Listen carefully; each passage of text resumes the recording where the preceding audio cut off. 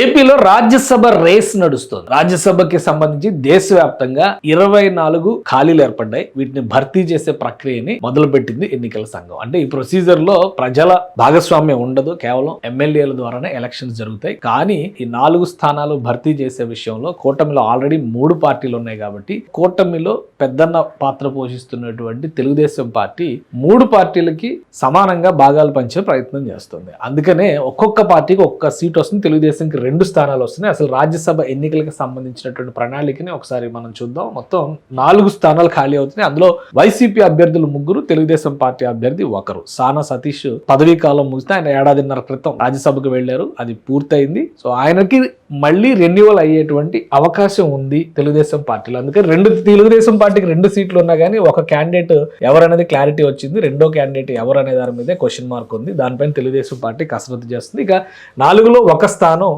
జనసేనకి, 1 స్థానం బీజేపీకి ఇవ్వాలని చెప్పి నిర్ణయించినట్టుగా తెలుస్తుంది. ఇప్పుడు ఈ పోటీ ఎక్కువగా ఉంది. జూన్ 1వ తేదీ నుంచి 8వ తేదీ వరకు నామినేషన్ల స్వీకరణ జరగబోతుంది. 9వ తేదీన నామినేషన్ల పరిశీలన ఉంటుంది. 11వ తేదీన నామినేషన్ల ఉపసంహరణ ఉంటుంది. 18న పోలింగ్. అంటే ఈ పోలింగ్ ఎమ్మెల్యేలు మాత్రమే చేస్తారు. ఒక్కొక్క స్థానానికి ఒక్కొక్క అభ్యర్థి నామినేషన్స్ వేస్తే కనుక పోలింగ్ అనేది అవసరమే ఉండదు. ఎందుకంటే ఏపీలో ఉన్నటువంటి నంబర్స్ ప్రకారం కూటమికే 93% ఎమ్మెల్యే స్థానాలు ఉన్నాయి కాబట్టి ఎవరెవరు అభ్యర్థులు డిసైడ్ చేస్తే వాళ్ళు ఏకగ్రీవంగా ఎన్నికైపోయేటువంటి అవకాశం. కాబట్టి పోలింగ్ అనే చర్చ మన దగ్గర ఉండదు. ఇక్కడతోనే క్లారిటీ వచ్చేస్తుంది. 18 అదే రోజు సాయంత్రం కౌంటింగ్. ఇది కూడా ఆ ఫ్యాక్టర్ అవసరం లేదు. సో మొత్తం మీద ఈ 4 స్థానాల్లో ఇప్పుడు తెలుగుదేశం పార్టీలో ఒకే ఒక స్థానం పైన ఏం జరగబోతుందనే చూస్తాము.